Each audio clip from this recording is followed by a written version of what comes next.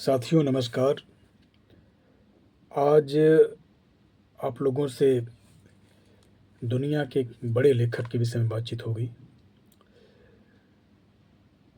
साथियों, आज जिस लेखक पर बातचीत करेंगे वो जो है कि उपनिवेशवाद के खिलाफ लड़ने वाला और आदिवासी हक की बात करने वाला एक वैश्विक लेखक है, जिनका नाम है न्युगिगी वा थियोंग। एक केन्या के लेखक थे, लेकिन जो उनका योगदान है वह वैश्विक है। विश्व साहित्य के एक प्रतिष्ठित नाम। उनका एक कोटेशन आपके सामने रखना चाहेंगे, जो किसी भी लेखक की रचना प्रक्रिया को और उसके धैर्य को जानने का एक माध्यम है। कहानियाँ भोजन की तरह होती हैं।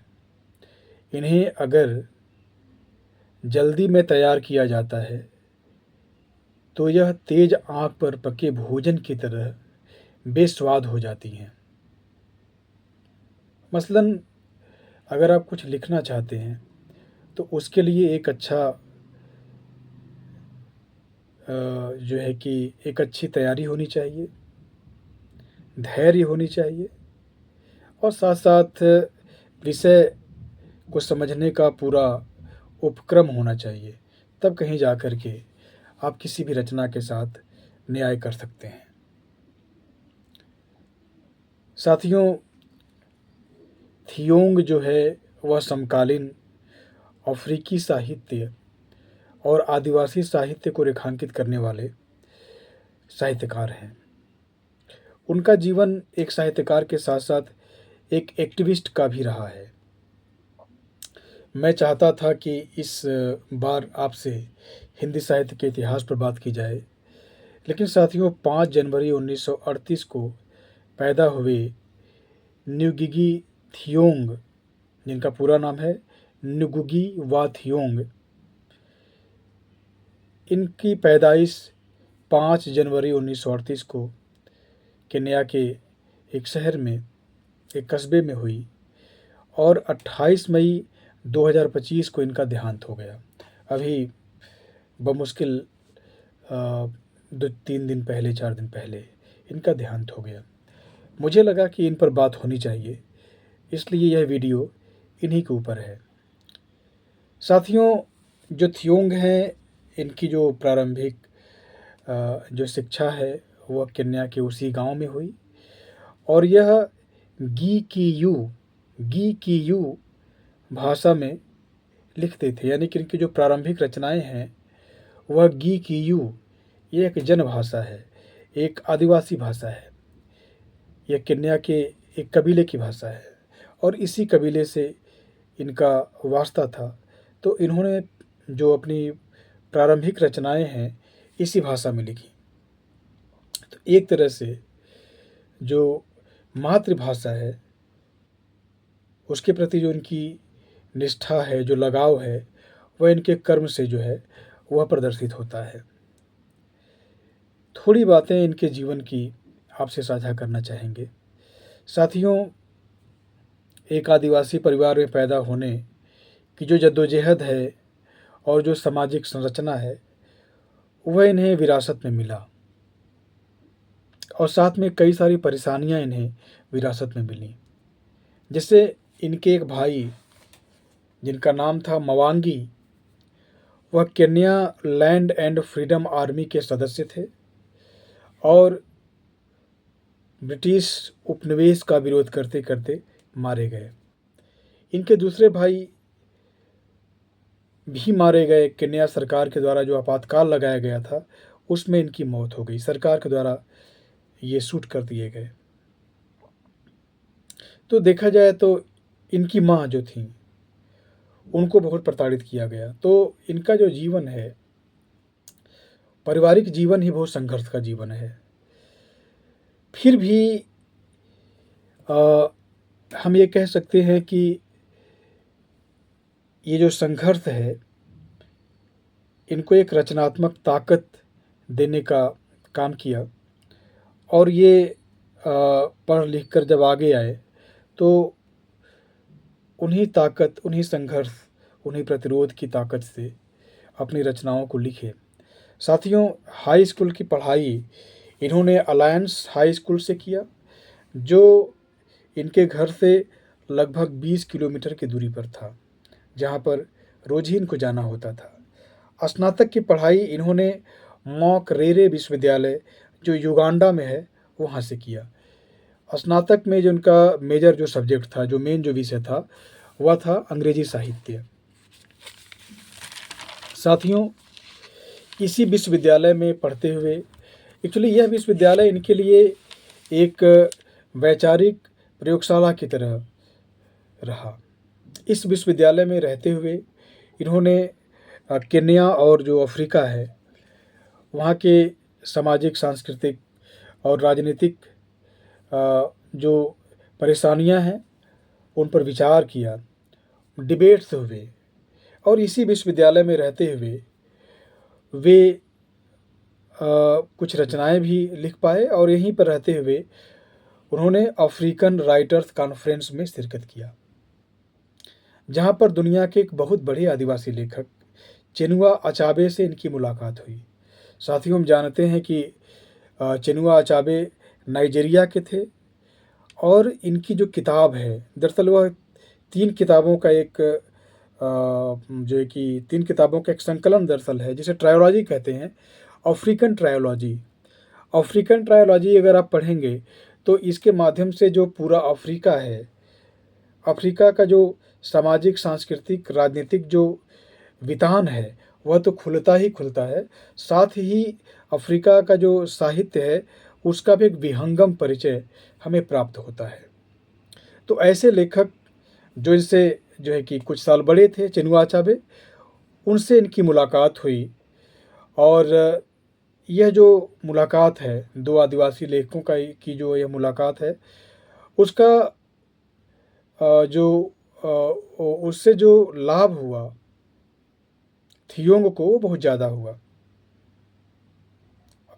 अचाबे ने, चिनुआ अचाबे ने उन्हें जो है कि अफ्रीका का जो साहित्य है, अफ्रीका की जो राजनीति है, उस पर निरंतर लिखते रहने की प्रेरणा प्रदान की। खैर, इस विश्वविद्यालय से जो है कि एक छात्रवृत्ति प्राप्त करके थियोंग जो है वह लीड्स विश्वविद्यालय इंग्लैंड चले गए, और लीड्स विश्वविद्यालय में उन्होंने स्नातक किया, अंग्रेजी भाषा में स्नातक किया, और कैरेबियन जो लिटरेचर है उस पर इन्होंने पीएचडी में इनरोल्ड कर लिया, नामांकन करा लिया, लेकिन पीएचडी पूरा नहीं किया इन्होंने। बहरहाल, यहीं पर रहते हुए उनकी एक किताब, पहली किताब भी कह सकते हैं, आई, जिसका नाम है वीप नो चाइल्ड। यह जो है कि कहा जाता है कि यह एक ऐसा उपन्यास है, अंग्रेजी में प्रकाशित ऐसा उपन्यास है, जो किसी भी अफ्रीकी लिटरेचर या अफ्रीकी लेखक का पहला उपन्यास है, अंग्रेजी में प्रकाशित होने वाला। यानी कि किसी भी अफ्रीकी लेखक का अंग्रेजी में प्रकाशित जो पहला उपन्यास है, वह वीप नो चाइल्ड, नुगिगी वा थियोंग की यह किताब। साथियों, ये जो किताब है वीप नो चाइल्ड, ये बहुत महत्वपूर्ण किताब है। इस किताब में अफ्रीका के जो मूल निवासी हैं, और जो वहाँ का जो उपनिवेश है, जो ब्रिटिश उपनिवेश है, उसके साथ संघर्ष जो है इस किताब में नुमाया हुआ है उसका। इसके बाद इनकी एक दूसरी किताब, यह किताब 1964 में आई थी, इनकी दूसरी किताब 1965 में आई, और यह उपन्यास ही है, जिसका नाम है द रिवर बिटवीन। यह केन्या के ईसाई और गैर ईसाई कम्युनिटी और या समुदाय के बीच का जो अंतर्द्वंद्व है, जो संघर्ष है, उस पर केंद्रित है। इसके बाद इनकी शिक्षा जो है कि लीड्स यूनिवर्सिटी से पूरी होती है, और फिर ये अध्यापन के दिशा में आते हैं, अध्यापन करते हैं, और ये क्रमशः इन विश्वविद्यालयों में पढ़ाते हैं। पहली यूनिवर्सिटी है वो है यूनिवर्सिटी ऑफ नैरोबी, दूसरी यूनिवर्सिटी है मैकरेरे यूनिवर्सिटी और तीसरी है नॉर्थ ईस्टर्न यूनिवर्सिटी। इन तीनों विश्वविद्यालयों में थियोंग जो है वह अंग्रेजी और अफ्रीकी साहित्य का अध्यापन करते रहे और इसी दौरान उनकी कुछ किताबें और हमारे सामने आती हैं, जिसमें एक है ग्रेन ऑफ व्हीट, यह कहानी संग्रह है। दूसरा है पीटल्स ऑफ ब्लड, ये उपन्यास है। और तीसरा है विजार्ड ऑफ क्रू, यह भी उपन्यास है। तो देखा जाए कि विश्वविद्यालय में ये जो तीन विश्वविद्यालय हैं, तीन विश्वविद्यालय में रहते हुए उनकी तीन किताबें आई जो कथा साहित्य की किताबें थीं, जिसमें एक कहानी संग्रह है और बाकी दो उपन्यास हैं। साथियों, थियोंग ने अफ्रीकी साहित्य और इतिहास पर बहुत महत्वपूर्ण तरीके से काम किया और अगर केन्या के इतिहास को जानना चाहते हैं, केन्या के आदिवासी इतिहास को जानना चाहते हैं, साहित्य को जानना चाहते हैं, तो थियोंग की जो किताबें हैं वो मदद करती हैं। साथियों, अफ्रीका का जो पूरा लिटरेचर है वह दरअसल उपनिवेश से वहाँ के मूल निवासियों के संघर्ष का साहित्य है। और जो थियोंग हैं, थियोंग की जो भी रचनाएं हैं, है ना, जो भी रचनाएं हैं वो सारी रचनाएं जो है उसके केंद्र में केन्या के जो मूल निवासी हैं, जो आदिवासी हैं, उनकी वो जद्दोजहद है जो अपनी ज़मीन, अपना घर, इवन कि अपने लोगों को बचाने के क्रम में और बचाने के क्रम में जो संघर्ष पैदा होता है उसमें पैदा हुई हैं। एक तरफ इन किताबों को पढ़ेंगे तो एक तरफ केन्या का आम आदमी है, केन्या का मूल निवासी है, और दूसरी तरफ ब्रिटिश उपनिवेश है। ब्रिटिश उपनिवेश केन्या के संसाधनों का उपयोग करना चाहता है। ब्रिटिश उपनिवेश वहाँ के मनुष्यों का उपयोग करना चाहता है। ब्रिटिश उपनिवेश जो है वहाँ पर जो मूल निवासियों की जो आस्था है उस पर ईसाईयत को थोपना चाहता है। तो अब देखेंगे कि ये जो तीनों जो आयाम हैं, ये जो तीनों प्रकार की जो निजता जो है केन्या की है, उसको बचाने के लिए वहाँ के मूल निवासी ब्रिटिश उपनिवेश के खिलाफ खड़े होते हैं। उन संघर्षों को अगर देखना है, निबंध के रूप में देखना है, इतिहास के रूप में देखना है और कथा साहित्य के रूप में देखना है, तो थियोंग की रचनाएं सहायता करती हैं।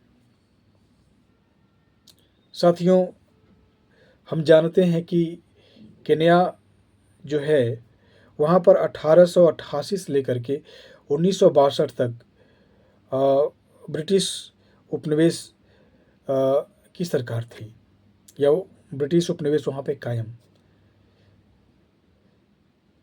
साथियों, इस क्रम में वहाँ के तमाम एक्टिविस्ट, लेखक और सामाजिक कार्यकर्ता संघर्ष करते नजर आते हैं। वहाँ के जनगीतों में, वहाँ की कथाओं में यह संघर्ष दिखाई देता है।